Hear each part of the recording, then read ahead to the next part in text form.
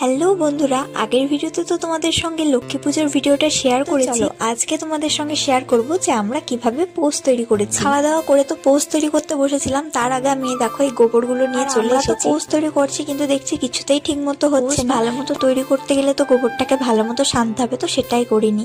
তো তারপরে তো আমি গোবরটাকে শানতে বসলাম। গোবর শানতে বসে তো আমাদের পুরো নাজেহাল অবস্থা এই গন্ধের চোটে। যাই হোক, নাকে মুখে বস্তা চাপা দিয়ে তো গোবর শানা হয়ে গিয়েছে। এবার তৈরি করতে বসেছি পোস্টটা। তো সবারই প্রথমে গোবরের 4টে রসগোল্লা করতে হবে। তো 4টে রসগোল্লার মধ্যে 3টে রসগোল্লা নিচে রাখতে হবে, আর একটা রসগোল্লা চাপিয়ে দিয়েছিলাম 3টে গোবরের রসগোল্লার উপরে।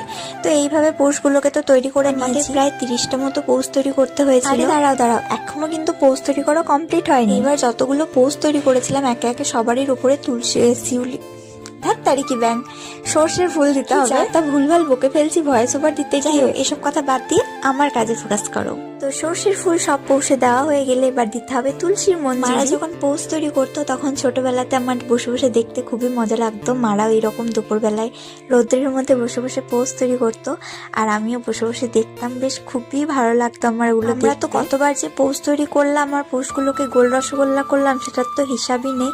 করছি ঠিকঠাক মনের মতো হচ্ছে না, আবার ভেঙে করছি, এরকম একটা ব্যাপার। যাই হোক, একে একে তো আমাদের সমস্ত পোস্টগুলো তৈরি করা কমপ্লিট হয়ে গিয়েছে। আজকে ছোট্ট একটা ব্লগ দেখা হবে পরবর্তী নতুন কোনো ভিডিওতে। তো দেখা হবে খুব তাড়াতাড়ি নতুন ভিডিওর সঙ্গে। ততক্ষণের জন্য সবাইকে টাটা, বাই বাই।